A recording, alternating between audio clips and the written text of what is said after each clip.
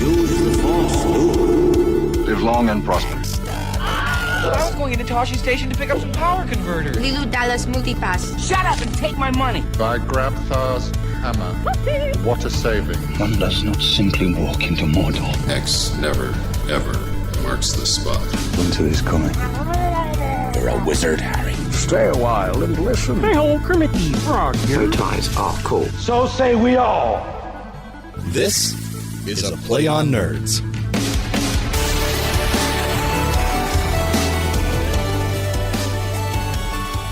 Ladies and gentlemen, welcome to episode 81 of A Play on Nerds. I'm Steve. And I'm Jarman. And as always, we're your nerdy co-hosts for today. Just for today. Just for today. Tomorrow you can have other people, but today you're ours. And today we're going to be talking about Star Trek V, The Final Frontier. This is in our continuing saga reviewing both Muppet theatrical releases and Star Trek theatrical releases. This week it's Jarman's turn with Star Trek V, The Final Frontier, which we'll get to in a bit because it's a big pill to swallow. And if that confuses you, it's because those are our favorite movie franchises, basically, our favorite franchises, I guess. If you haven't joined us before this point, I'm a Muppet fanatic, Jarman's a Star Trek fanatic. This is ongoing. This is the theme for the whole show, really. That's why it makes sense. So buckle in, people. So what have you been up to since our last recording? So unfortunately, we talked, I think, about this on the podcast before. Jarman had to cancel his trip out here this weekend, I think. It would have been this weekend. I would have left tomorrow.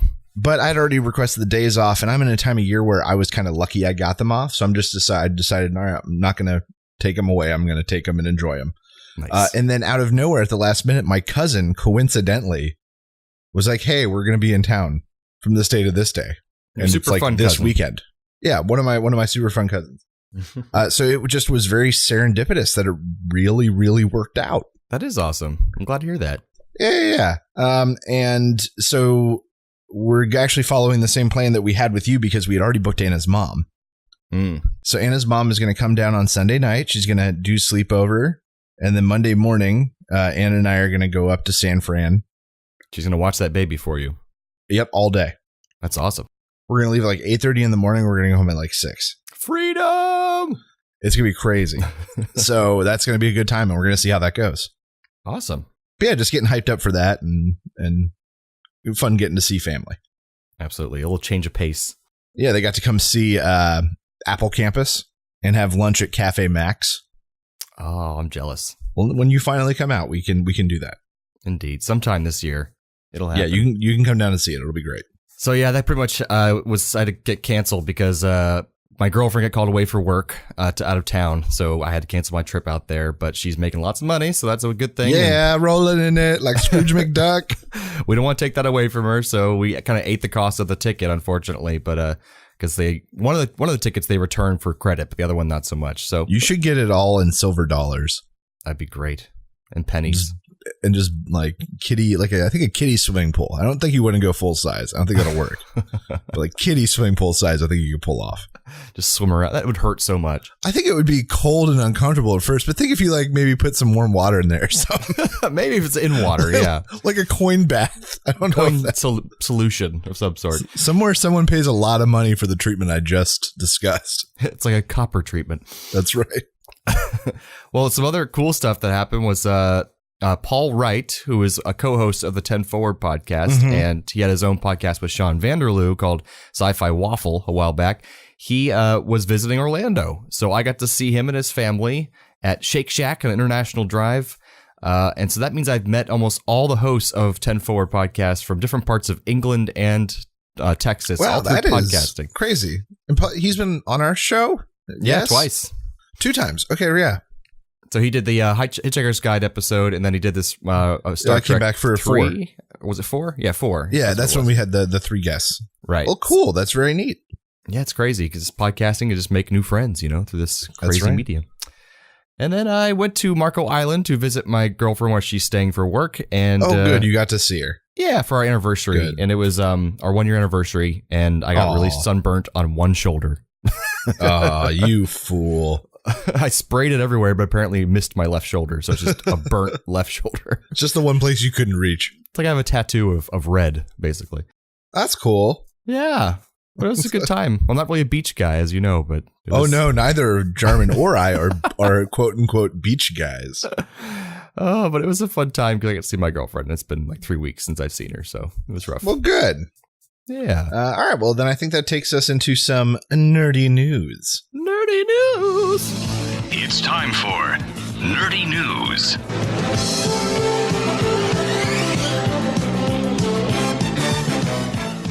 So what you got for us this time around?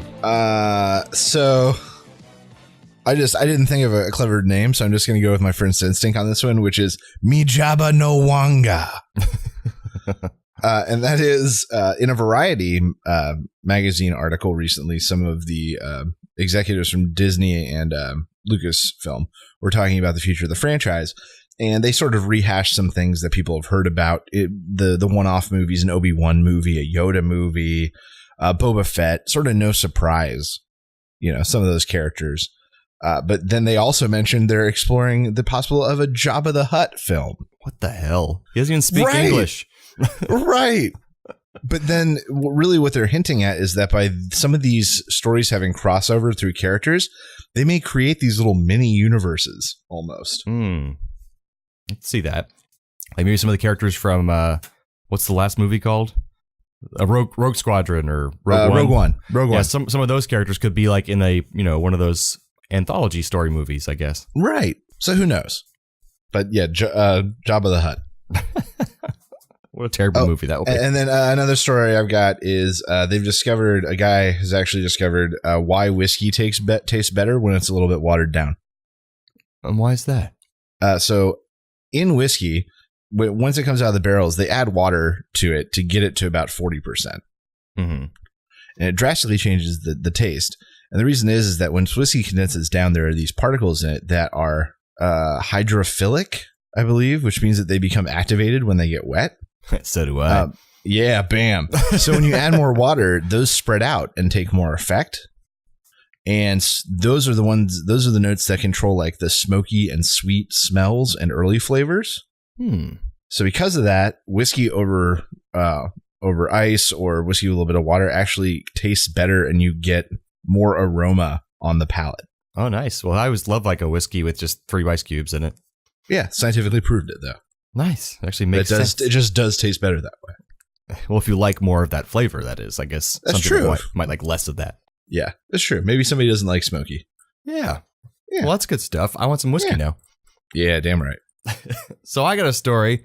Ooh. Called Just Left of French Fries. I just made that up right now. I love that. I can't wait to hear it. So a girl in Edinburgh, Scotland has a rare affliction where she tastes McDonald's French fries whenever she hears the word left. Okay. Now, it started when she was 1 year old. She actually has a variety of these triggers that different words cause different taste to poop, like pop into her mouth, not poop into her mouth. To poop into her mouth. So as she grew older, she found that the band Glass Animals made her taste chlorine, and any band playing bongos induced a flavor of oranges. The word judge brought on the flavor of stale bread, while music caused the taste of sweet toothpaste. Oblige made sweet porridge and left McDonald's French fries. And odd noises also caused the flavors. The sound of a car on gravel gave her a fruity taste. So she thought she was crazy, and she researched it and found out that she has lexical gustatory synesthesia. Yeah, synesthesia. Yeah, synesthesia. We've heard that word before because it's like mixing up your senses and that kind of thing. Yeah.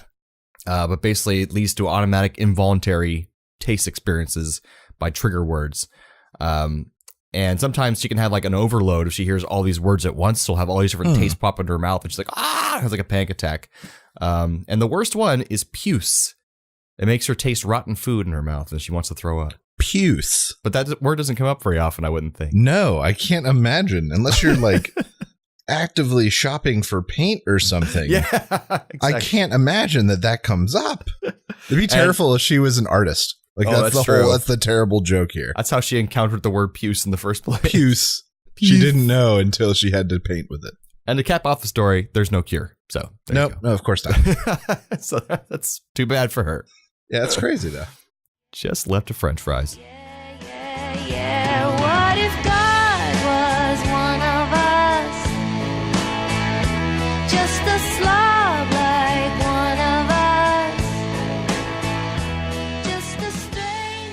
So before we get into our main discussion of Star Trek V, The Final Frontier, a lot of the themes in this movie are very religious-based, which is not very Star Trek-y normally, but they really ram it down your throat in this movie. So to get us started, I've got some world religion trivia. A few questions for Jarman. Hope I can do well on this one. I did my best to choose what I thought were fair questions. Not too Nothing difficult. too specific. I like it. All right. So, who is the Roman god counterpart to the Greek god Zeus? I should definitely know this. Jupiter. Jupiter. You nail it. Woo! All right. What is the alternate name of the Church of Jesus Christ of Latter-day Saints? Mormons? Yes, the Mormons. The members of which Christian sect have no ministers or priests and gather for worship in a meeting house? Oh. I must just throw out a guess. The Quakers? That's the Quakers, or the Society of Friends. I actually got it. I didn't know they did that. That's interesting. All right. In ancient times, who was the Egyptian god of the underworld? Anubis.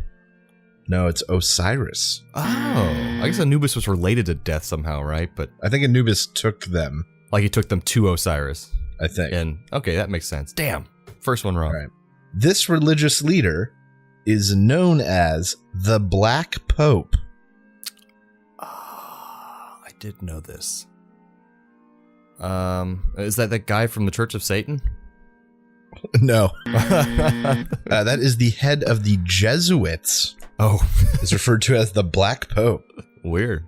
All right. Which of Jesus's disciples was the group treasurer? He got elected group treasurer. Which of Jesus' disciples was group treasurer? Well, they're all Jewish, so we can't go with stereotypes. Oh, you rat bastard. That's terrible. I know. Sorry. You're the worst. That's stereotypes. I'm just joking because it was right there in front of me. Judas? That's right. It's Judas Iscariot. Yeah, I think about the gold coins and all that jazz. So yeah, that's right. All right. In Buddhism, what is the name for the attainment of perfect serenity achieved when all desires are eradicated? That is, I know this. It's so easy. It's right there in front of me. It's when you reach nirvana. That is right, nirvana. Yes. All right, this is the last one. What in Hinduism is the sum of a person's actions which affects his or her fate in their next life? Karma. That is karma. That's correct. You did very well. Thank you. Let's see. It was 2, 3, 4, 5, 6, 7, 8. You got 6 out of 8. You only missed Osiris and the Black Pope. Oh, yeah. I wish the Black Pope was like from a blaxploitation film. That's right. That'd be amazing. 1970s, the Black Pope. Yeah. I did pretty well. I think it's all those atheist podcasts I listen to. That's right. True. You're informed. Yeah. It's good to know your enemy. So now let's move into our main segment where we're going to talk about Star Trek V, The Final Frontier.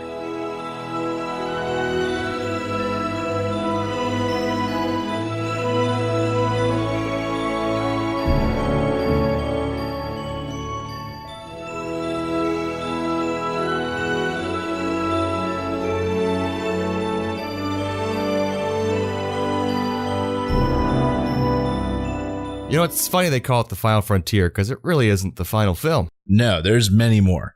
They find more frontiers to cross. There were more frontiers. At this time, though, this was that final frontier. It might have been, yeah. And they broke that barrier, and that was the frontier. Now they're on the other side of the frontier. So they got more frontiers to find. So they're past where the sun sets. In the center of the galaxy. Yep. So I guess we usually go through and just kind of talk about what happened in the movie first. So it starts off in this barren wasteland. Nomad, messed up face, messed up teeth.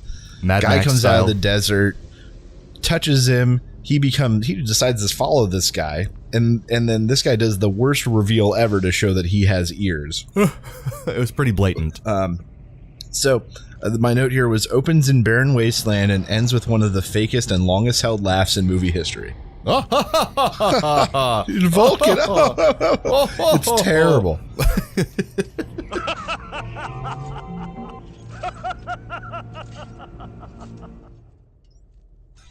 So then smash cut to Yosemite National Park, where Kirk, McCoy, and Spock are on leave while the USS is undergoing maintenance or something. Well, basically building a whole new one, wasn't it? Doesn't it get destroyed? But or they're revamping it or something. Yeah. There was a word for it. I can't remember what it was, but it's basically where they do a trial run of a ship before they officially put it back on duty after it's either like gone through an overhaul or a rebuild or something. A refit. Something like that. But it didn't do well in that. Oh, gotcha. I guess. Yeah. There was a word for it. So they're on leave. There's a terrible, like, no actual danger scene involving Kirk climbing a mountain. It took a long time to like swoop around him, watching him climb this mountain. And there's a great song that I will play right here after this, which is all of him describing why he made that scene, Captain Kirk climbing a mountain. Oh my gosh. Somebody made a song after about it.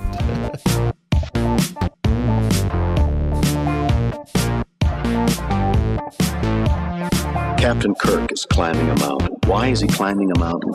Captain Kirk is climbing a mountain. Why is he climbing a mountain? Captain Kirk is climbing a mountain. Why is he climbing a mountain? Captain Kirk is climbing a mountain. Why is he climbing a mountain? To hug the mountain. To envelop that mountain with hug the mountain. To envelop that mountain with hug the mountain. That mountain. He wants to make love to the mountain. Tough young guys, sinewy bodies, and their fingers and teeny toes challenge the rock, challenging death. Why do I climb the mountain? Because I'm in love.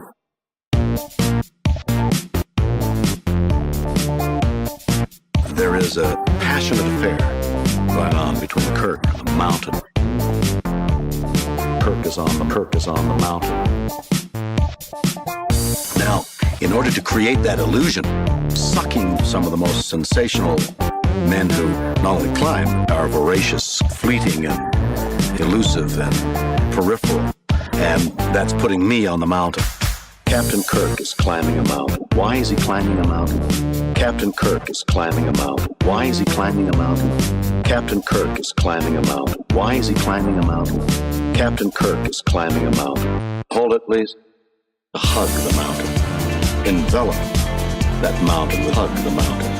To envelop that mountain with hug the mountain. That mountain.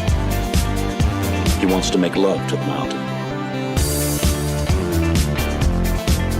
And the climb is going where no man has gone before.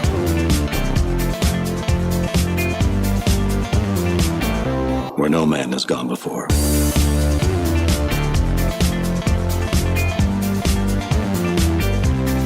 Challenge the rock, challenging death. Why do I climb the mountain? Because I'm in love. And then Spock comes up on his rocket boots and makes Kirk feel bad. And then Kirk falls, but of course, he's not going to die. It's like the first 5 minutes of the film. So there's no tensions. I don't care. Like, he falls, but nothing's going to happen. It would have been so great if he actually just died. If he cracked his neck, and like the whole rest of the movie is him relearning how to walk and speak. It's like regarding like Henry. Spock spoon feeding him and dabbing his brow. I miss you, Jim. Come back to me, Jim. Jim. But no, that doesn't happen. So they make it. There's an awkward campfire scene. Row your boat. Featuring row boat, where they try to get Spock to sing along, and he does not understand fun. He's a stick That's in the really mud. what it comes down to. Merrily, merrily, merrily, lightly down the stream. Merrily, merrily, merrily, merrily. Come on, Spock. Why didn't you jump in? I was trying to comprehend the meaning of the words. It's a song, you green-blooded Vulcan. You sing it. The words aren't important. What's important is that you have a good time singing it. Oh, I am sorry, Doctor. We'll be having a good time. God, I liked him better before he died. All right. Let's call it a night. Just Let's go to bed and just let's get some sleep. And then, so this one is directed by Shatner, right? Yeah, it is. You can tell. So My note here was you could tell this one was directed by Shatner because only he would have thought that the audience could have believed that Kirk could have scaled a mountain. At that age. At that age, under those physical conditions, he's the only person in existence that was like, the audience is going to love this. Yeah. I mean, back in the 60s, we would have believed it, but not now. Not this time. I also like McCoy the voyeur. Oh, yeah.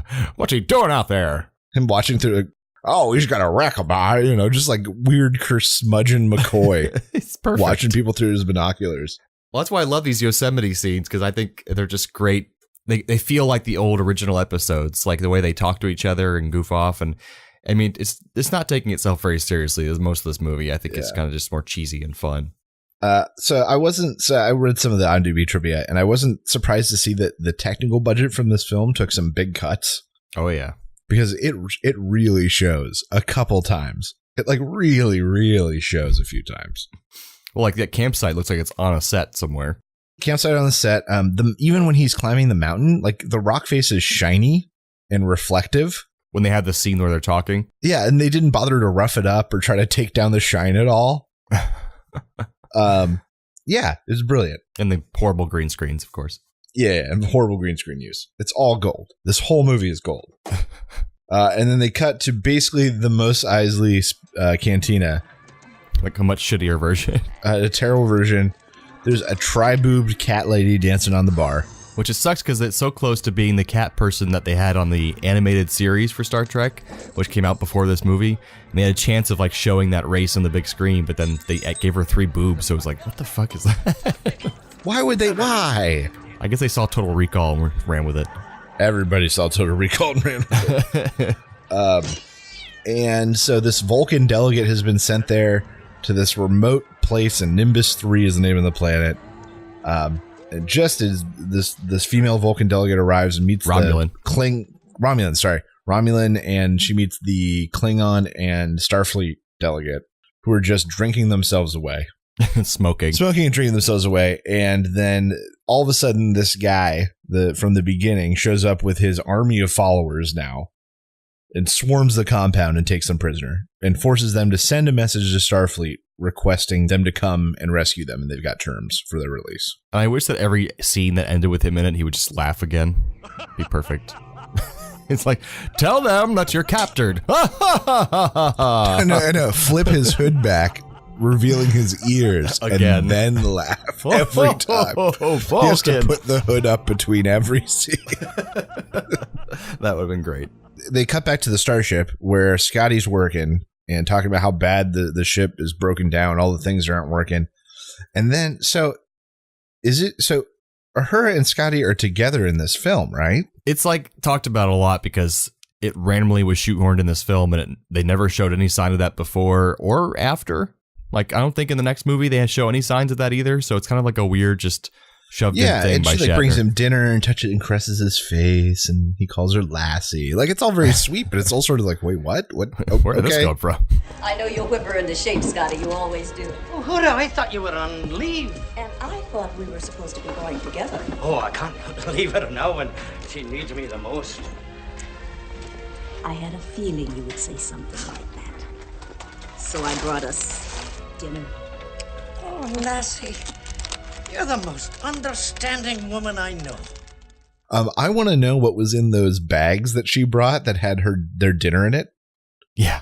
Because she's like, it's dinner, and he's so excited for this really light, small bag to be handed to him. He rips it open, and then as she's walking away to receive the message, you hear like a chip crunch. And I'm like, so that's dinner in the future is just space chips. Maybe they're like really super special high-tech chips that give you all your body needs. I hope so. That's what we need in the future. So they receive a message for this message, the distress message from Nimbus 3 or whatever the hell it was. Did I get that right? And they've got to get Kirk and McCoy and Spock back on the ship to go investigate. And it's weird. It's like this planet's supposed to be like the global peace initiative planet or something, but there's nothing on it. So it's like some stupid boondoggle operation that didn't go anywhere. Well, no, I think basically what it represents is the shallow and fake truce between the Vulcans, the Klingons, and the Federation. Shows how well that's they going. agreed to develop this town together, and none of them actually care. It was never actually an initiative. That's true. I guess that makes sense. It was something they did to sign a treaty. Yeah. Make themselves feel good. Yeah. So Kirk and everyone go to Nimbus 3. They use a clever ruse where Uhura does a sexy dance and lures over the men of the village, and they take them captive and take their clothes and proceed into the camp pretending to be part of this army. That fan dance that she does is notorious. It's spectacular. It's terrible. It's just spectacular. So they ride in. They successfully go past the guards, make their way into the hostages, only to be realized that they have led themselves into a trap. And I thought it was strange. You see like Federation guards that come in with them with like shields, and they're shooting phasers and stuff like this. Is like a full frontal attack, and then he just brutally kills the Catwoman. It has no regard for her whatsoever. Huh. He throws her in the water and just doesn't even look back. Oh, she's dead. Apparently, this is the incarnation of one of Gene Roddenberry's ideas for fleet marines. That this is like one of the only times it came to fruition, and supposedly that's who is with them when they go to this compound is the fleet marines. Yeah, they're very well equipped, like with shields, and you never see that before or after again, I don't think. Right. Strange. Fleet marines. They had that similar. They had that on the Makos in the Enterprise TV show, which were like military marines, but that was like the last of it. But anyways, yeah, I digress. So then at some point, I don't remember when in here, Klingon bird of prey out in space destroys one of our old satellites or something floating through space. Because they're bored. Because they're just bored, and then catches whiff of the Enterprise, and they coast in cloaked to see what the Enterprise is doing, because this young Klingon captain's looking for glory. He was pretty badass, actually. That was a good Klingon. And so that woman was, too. She was so freaking muscular. Oh, she was. And the trick later on in the movie was really good. Oh, where she's not what I expected at all. Well, it was nice to see Klingons not just being brutal and like being smart for once. That's true, because they do have that capability. They just don't show it very often. Right. But yeah, that's later on. So the main guy. What's the main bad guy's name? Not the main bad guy, but the antagonist. Oh, Sybok?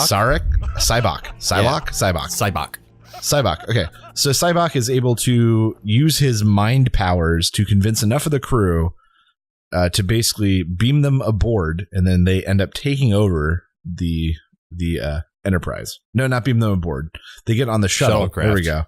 Go back. They can't be beamed aboard because they know the Klingon bird of prey is out there, and the Enterprise has to lower their shields. So then and the transporter is not ready yet either. Oh, that's right. Scotty's working on it to get the power back. So they release the shields for like a second, and then George Takei flies in. Oh my! Manually and lands it and manages to not get them all killed. So now they're aboard. Uhura and Sulu get converted, basically. Yeah, forcefully converted. Then they help them get to the bridge, and then Chekhov, who is acting as captain, is then forcibly converted. Oh, I do have to cite one of my favorite lines so far, up to this point, is when Spock has the opportunity to kill Sybok, and Kirk yells, "Kill him!" and he doesn't, and that's how he finds out that it's actually his brother. But just, it's so weird hearing Kirk say, "What you have done is betray every man on the ship." Worse, I betrayed you. I did not expect you to forgive me. Forgive you? I'll knock you on your goddamn ass. If you think it would help. You want me to hold him, Jim? You stay out of this. "I ought to knock you on your ass, Spock." And then then Bones turns to him, "You want me to hold him, Jim?" like actually he could actually hold him. I thought that was really funny. So they and Kirk, McCoy, and Spock end up getting thrown in the brig while Sybok replots the course to this barrier in space that no one's ever been able to breach before because he heard a message from God. And apparently Bones, Spock, and Kirk are harder to brainwash because they're so connected to each other or something. Right. Something like that. Yeah. Blah, blah, blah. Doesn't matter. Explain it away. So then later on, they basically reveals how he's gained all his followers is he plays mind games with everyone, essentially. "Release your pain, share it with me, and gain from it strength of sharing." Gain strength from it. So it basically shows his parlor trick. It almost kind of works on McCoy. Doesn't quite work on Spock. Kirk doesn't allow it to happen. In the end, none of them turn. They stick together. But then Sybok realizes that he really needs Kirk because he doesn't know how to captain a starship. As it turns out, religious leaders don't know how to captain starships. It turns out you actually need someone to captain it. So Kirk agrees because he doesn't want to get him and everyone killed because this guy doesn't know what he's doing. They somehow make their way through this barrier that's never been breachable before, and they find this planet at the center of it. And so it's decided that Sybok, and then somehow it's just Kirk, McCoy, and Spock. Why did Sybok not bring any of his own people? I don't know. He trusted them an awful lot. He really did. But what I didn't understand was that they see the planet as they're about to land, and somehow they're showing perfect video of this to the crew on the ship.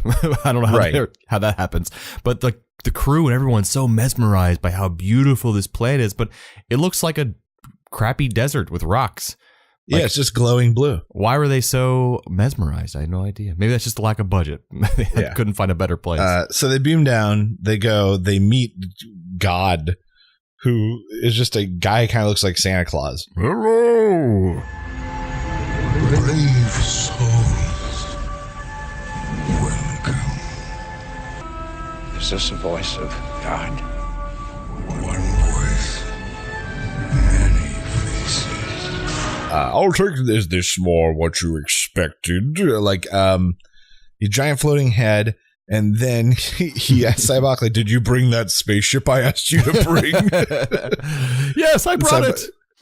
Good. Put me on that spaceship so you can spread my truth. Yes, that's it. Excuse me. That's the plan. Well, what does God need with a starship? Excuse me. It will carry my power to every corner of creation. Excuse me, I'd just like to ask a question. What does God need with a starship? Bring the ship closer. I said, what does God need with a starship? And then he shoots Jim. That's a wonderful line from this movie. And McCoy runs to Jim. And then Spock brings up the same question and he shoots Spock. But the best part about that one is I don't know what happened. If they missed the shot, you see the eyes shoot and you see Spock respond, but there is no animation of it hitting him. You never actually see the beam hit Spock. It probably just didn't work out in the cut or something like that. Right. It's heavily implied, but you don't actually see it. He just falls over suddenly. And then McCoy runs to Spock, who's now been shot. Meanwhile, this head has taken on the form of what's his face? Sybok. Sybok realizes that he is not the god and this is not the promised land that was chosen. And the god thing says he's been imprisoned there for thousands of eons years. Or something, yeah. And so Sybok says his line of you have a lot of pain, share it with me, and then jumps into this blue-headed thing's vortex. You make it sound so simple. It really is simply bad. And they wrestle and fight, and then Sybok's almost killed. But the god thing is weakened because Kirk tells Chekhov to fire photon torpedoes on their current location, and they conveniently dive out of the way at the last moment. Yeah, I'm pretty sure photon torpedoes aimed at a planet would make massive craters and they'd be desolated. Yeah, and then we get to see Captain Kirk scale another mountain for some reason. They're able to beam up only McCoy and Spock, and so Kirk's on foot, about to be destroyed by this giant head that is angry. When the Klingon bird of prey that was hunting them, and now been brought over to their side by the Klingon the Klingon ambassador or whatever the hell. Cord. Yeah. Yelled at this young whippersnapper and got him in line. And so the Klingon bird of prey fires upon the head and destroys it.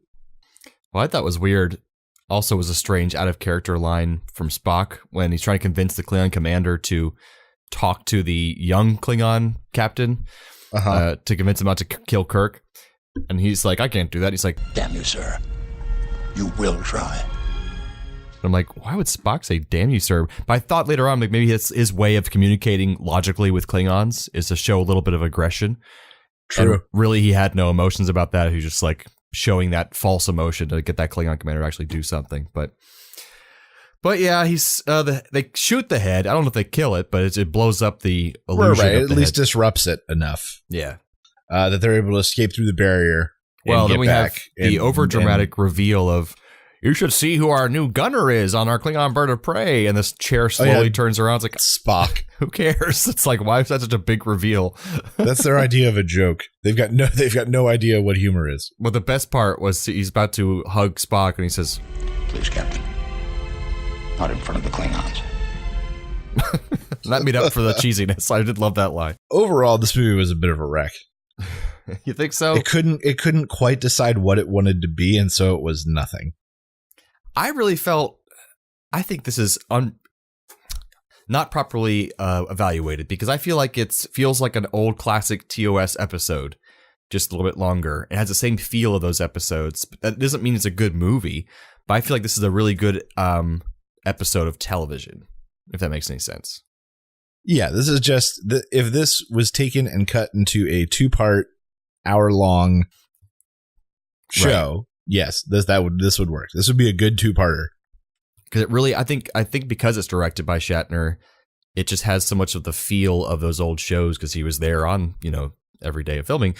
So it just kind of throws back to that. But also because instead of like the first movie, they're all coming out of retirement to go on this mission, the motion picture. Yeah. And then 2, 3, and 4 are all connected as like a trilogy. And so it's always feel like we're playing in the middle of something, in media res or whatever. But this feels like they're already on board. They're already at their positions. They're ready to go, kind of. The ship's not ready, but it just feels like more an or episode. Less. Yeah, an episode starting, as opposed to like some weird, different kind of condition. So that's why, I don't know, I evaluate it that way in my head and don't think about it as a horrible movie, but it's like a fun hour and a half of television.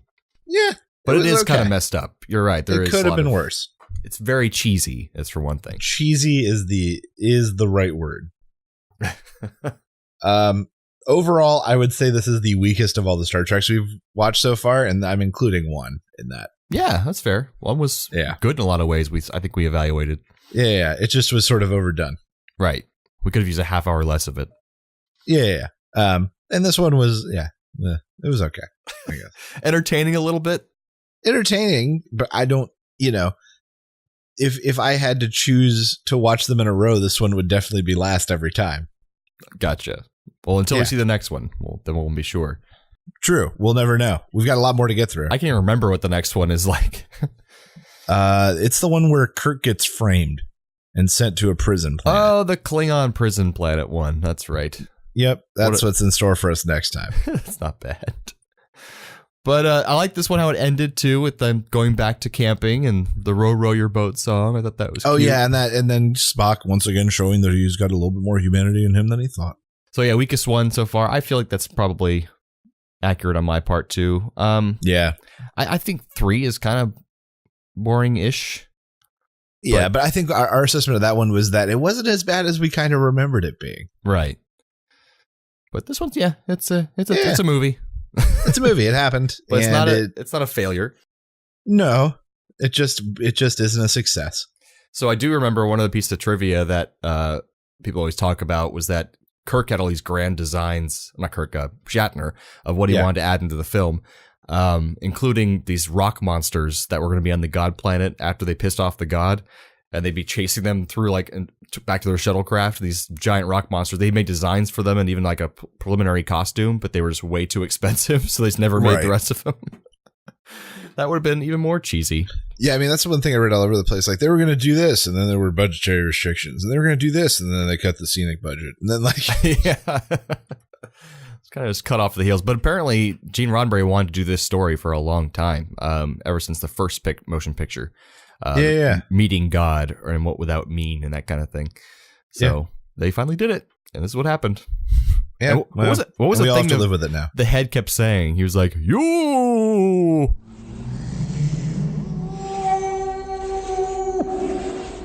I have no idea. It was very weird. I just thought he was trying to be a spooky ghost. Oh, I'm God. Fear my beard. Oh. Anyways. Well, good discussion of Star Trek 5. Yeah, the final frontier. Not much else to say.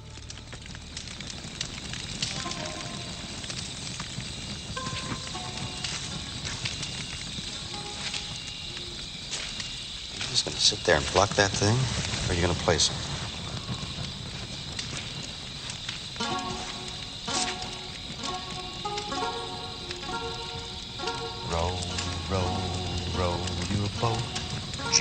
gently down the stream. Merrily, merrily, merrily, merrily, life is but a dream. Merrily, merrily, merrily, Your boat merrily, gently down the stream. Merrily, merrily, merrily, merrily, life is but a dream. Your boat merrily, merrily, merrily, merrily, gently down the stream. So for our second segment here, I'm going to go ahead and bring back hypothetical hubbub in the form of Would You Rather. And I've got some doozies for Jarman this week. Oh, dear Lord. Some real doozies. All right. Would you rather get hit in the shin with a baseball bat, no lasting damage, or wear a handkerchief around your neck that's been soaked in honey for 24 hours? Weird.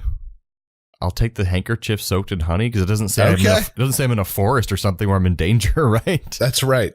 You're not wrong. I think I'd take the hit in the shin with the bat if I knew that it was no lasting damage. Then why? Because the honey doesn't do anything. But that would chafe. It would get so sticky and dry. It would be 24 so hours. bad. It's fine. So bad. You'd have such a bad rash. Honey is so acidic. It's so weird. All right. Would you rather be able to only travel forward in time or only travel backward in time? And like choose the destination? Yeah, you know exactly when you're going, but you can either only go back or you can only go forward. I guess only go back because I could do it infinitely. At least to the beginning of time, yeah. Well, I could go back and then live up to where I was before and then go back again. Whereas if I go forward, but you're not immortal in this scenario, though. Oh, well. You're not Highlander here. You're just the only one. And you can either go. I thought the same thing. I'm going to go with back as well, but it's mostly for the Louis C.K. reason, which is that you can pick most points in history where being a white guy is pretty much okay. That's unfortunately true. Most points in history, you can go back and be pretty much fine. So therefore, I would say back simply for that reason. That's why all these modern day time travel shows, which are finally being more politically correct, have representation from different races and stuff. But I've watched more than one show recently where they've gone back in time with one of their cast members, like, I can't go back to this time. And they're like, why? Like, I'm black. Like, it's a problem. But anyways, all right. Would you rather have a magic wallet that always has $150 in it when you open it, or 2 hours of Superman level strength whenever you eat cow tongue? Superman level strength? Superman level strength. Super strength. Cow tongue. For 2 hours when you eat cow tongue. Every time I open the wallet? Every time. So let's say you have to put it in your pocket and take it out and open it in order for there to be $150 in there. I'd take that for sure. Okay. That's fair. Because cow tongue is gross, and I wouldn't know exactly what to do with my super strength. That's true. What about you? Versus, I'd say I'd go magic wallet. Yep, exactly. Because I could probably pull that out of my pocket and take $150 out of it. A couple hundred times a day. Exactly. It's perfect. Make a nice little business out of it. Now I want that. And some whiskey. All right, so here's the final one. And the toughest one. Would you always feel just a little hungry or just a little over full? I think a little hungry because it would drive me forward. Whereas a little full is uncomfortable. Right. I said the same thing. A little hungry, at least I can deal with that. But like a little over full, you just and you get the stuff. And even when you adjust, you can feel it all move. And button my pants. And the toilet's going to pay for it later. Jesus. How do we have women in our lives? I drug her nightly. Oh, good. Well, that was good times. Yeah. And that moves us into some trailer reviews.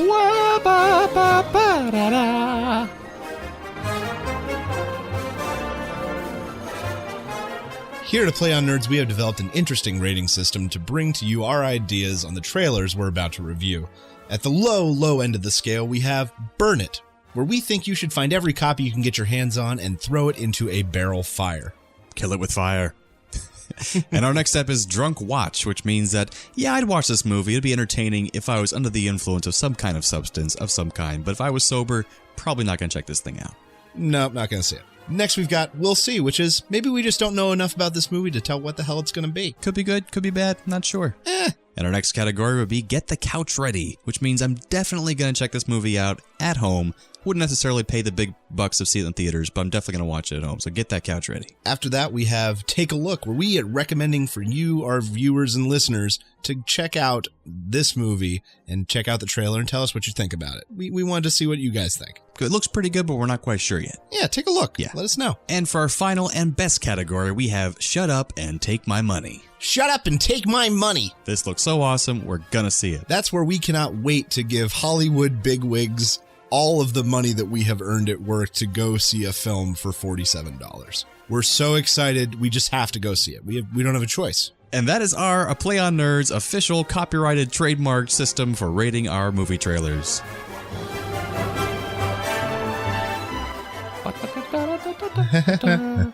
Well, first one I picked out was called Mother. Exclamation point. Is it exclamation point? Yeah. Well, that's why you said Mother. That's the name of a Korean film. And so that's the reason I thought, but then it's Mother with an exclamation point, which is different.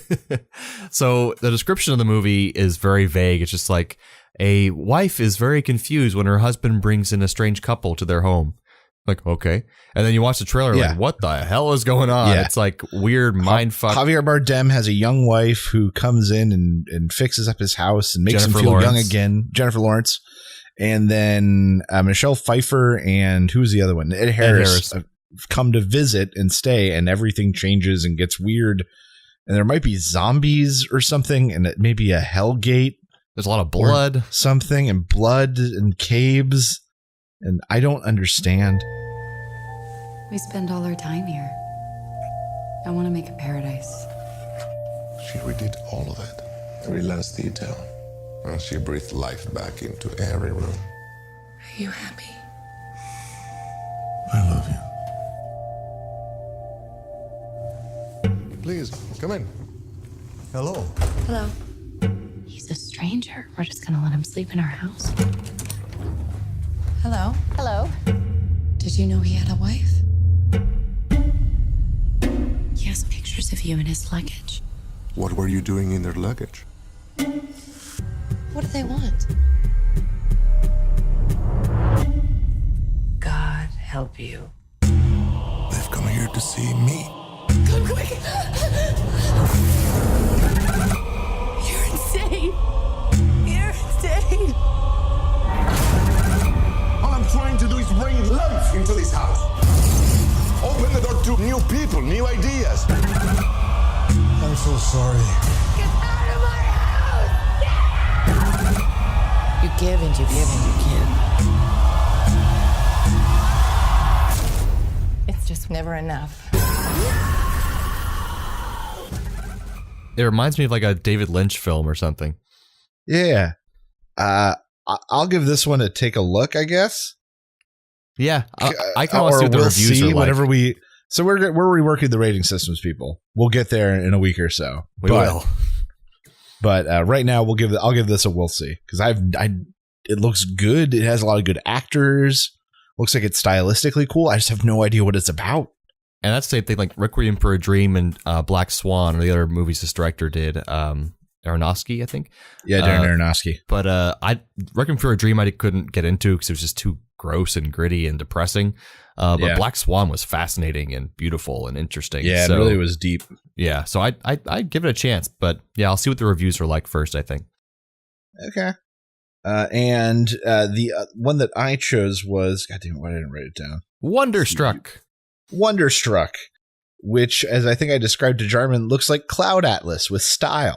I never saw Cloud Atlas. Was that good? No. It's okay. It's just longer than it should be and confusing. I'm sure if I've read the book, I'd get more out of it, but it was something. It looked interesting, at least. So it looks like some sort of, not necessarily time travel, but interwoven time period films.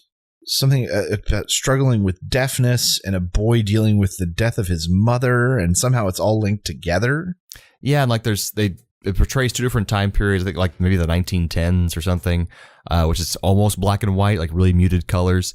And then it goes really colorful into the 60s, I think. 60s or early 70s, right. yeah. And the little girl is in the 1910s, and then the boy is around the same age. He's in the 1960s.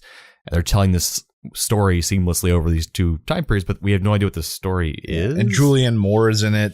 You see her for a moment. Yeah, very briefly. And surprisingly enough, I didn't catch this till the second time I watched it. This is an Amazon production. Oh. Wow. So I will be watching it on Amazon Instant Prime, whatever the hell. Are they releasing it in theaters and that at the same time? That I don't know. Huh. But I'm going to give this one a get the couch ready because I'll check it out. It looks interesting enough that I could check it out, and I've got access to it, so why not? I will have access to it, so why not? Yeah, absolutely. I put a will see because I'm like, what the hell is this about? True. You learn nothing from the trailer except for a few basic ideas. I mean, maybe that's the point. I don't know, but that's why I put we'll see. Yeah, two okay and kind of confusing films this week. But because we covered about 1 billion trailers in our last episode, so that's true. It did leave us a little bit dry. A little high and dry here. Maybe next episode we'll have some more to look at. A little more exciting, perhaps. I was going to move us on to Radical Recommends. If you Radical Recommends. I recommend. If you have the means, I highly recommend picking one up. What do you recommend I do? I recommend Pleasant. Radical Recommends. What do you have to recommend for us this time around? A new game that is in early access that I purchased, which I don't do this, just so you're aware. I do not purchase early access games because they get my money in and it doesn't encourage them to actually finish it. But this one looked right up my alley and looked like a really cool concept. It's a mix between a tower defense, base building, third-person shooter where you have a base that you are building and then you build fortifications in between zombie waves. This is all in third-person view, so over the shoulder. And then you yourself have a gun and you are fighting as zombies make their way through whatever sort of maze or defenses that you build. Nice. What's it called? Fortnite. Fortnite. Fortnite. Sounds like a lot of fun. It's available for Mac, PC, and I think at least one of the consoles. The cheapest version is $40 for like the standard edition. They've got really high-end ones that no thank you. And mind you, it is early access. There's some UI elements that just need some reworking, and some of the menus and that just need you can tell it's not finished. It's just not. And they use early access to like help fund finishing the game, basically. Yeah, and then also think about it's a paid beta, right? You get all these people to test and do stuff, give you their money early, with the promise that once the game does come out, they get a copy, an actual copy, right? Well, the premise sounds great. I love tower defense, and then to have it tower defense and third person. But there's different heroes that you can play with different special abilities, guns that you earn, things you can craft, different traps you can learn to make, layouts, all sorts of stuff. It's sort of it's a very open engine from the little bit I've been able to play so far, but I've enjoyed. And I've been playing a little bit of Heroes of the Storm for you. Yes, you have been. You did pretty well in the few rounds we played. Yeah, I think it was so similar to League of Legends, which I played a lot of back in the day. So it feels very natural, but it's just actually easier than League of Legends, which is nice because it was too complicated. Yeah. But yeah, so I have tower defense games are fun. It's kind of like where that started. Oh yeah, absolutely. Tower defense. Well, I remember Warcraft 3 and it was like Kai's Tower Defense. Yeah. No one knew who Kai was. That was a killer mod. It was a spectacular mod. I remember it even way back then. Played all the time. All the time. I mean, we would just play that map. Yeah, over and over again. Save the elven tree, basically, in the middle. Yeah. So good. So my Radical Recommend is kind of lame because everyone knows this is awesome, and me saying this adds nothing to the echo chamber doesn't of value. Make it more awesome. No, yeah. It's like, but everyone says it's good, and it was, which was American Gods. I watched the first season. I have not read the book, so I don't know. Okay. Is it a graphic novel or just a straight up novel? I read the book. The book is great. Okay. And it's like standalone, kind of one and done. Standalone. He is writing a sequel. Supposedly over this summer, he was writing a sequel. Because he wants more show to go around. Oh, I'm sure. I started watching the show. I haven't had time to dedicate to it because Anna's not really into it, so I have to find time to watch it alone, and that's just sort of rare. It's funny because my girlfriend didn't get into it either. She watched the first couple episodes, like, nah. Yeah. But I really like it. I liked it a lot. Have you been able to watch any of The Defenders yet? I am on episode 4 of The Defenders. I think I'm on episode 5 or maybe 6. I'm pleasantly surprised. Oh, good. Yeah, I'm liking it so and far. Here's the thing. I didn't get to finish Daredevil, and I didn't get to finish Jessica Jones, but I'm still enjoying it. Oh, okay. Jessica Jones is great. That's my favorite. You should finish that one for sure. That's what everyone says. Well, a lot of people say they don't like Jessica Jones because it was too cerebral and not enough action. But no, they need to get over it. That's right. David Tennant, man. He's awesome. That's right, David Tennant.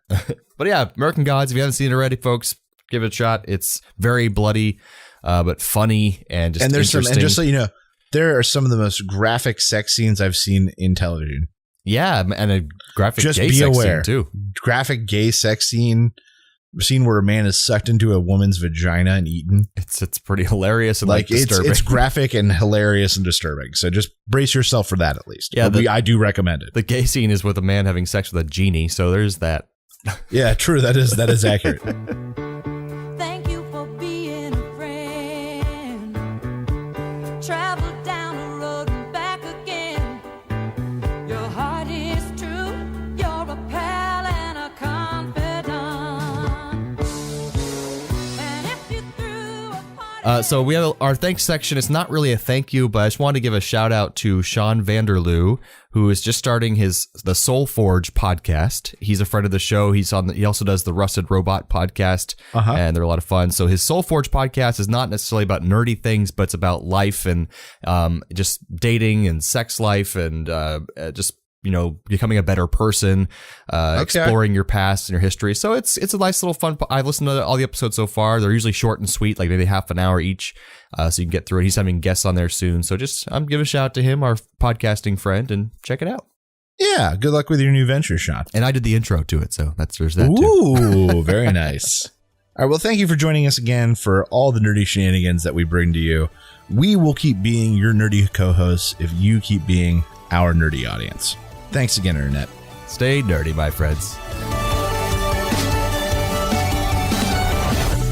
If you'd like to find out more about us, you can always check us out on Facebook at facebook.com/aplayonnerds. Or check us out on Twitter and Instagram at aplayonnerds. We're also streaming live game content all the time on twitch.tv/aplayonnerds. Fun videos and stuff to check out, youtube.com/playonnerds. And also please subscribe to us on iTunes and leave a review if possible, because that lets us be easily searched in the iTunes search index for podcasts. And that way we know if we stink. Exactly. Let us know if you hate us or you love us. That's always great. Check us out at our website, www.aplayonnerds.com, where all this content can be found at the tip of your fingers. And you can also always email us at anything@aplayonnerds.com. And then check us out on, I guess, Snapchat, maybe. For dick sticks. Or Tumblr. Tumblrs. Periscopes. You could also throw a rock at us with a message on it. Carrier pigeons. We accept cassette tapes. I love cassette tapes. We just want to hear from you. Yes, please send us anything you like at any social media outlets. However you do it, check us out. And how.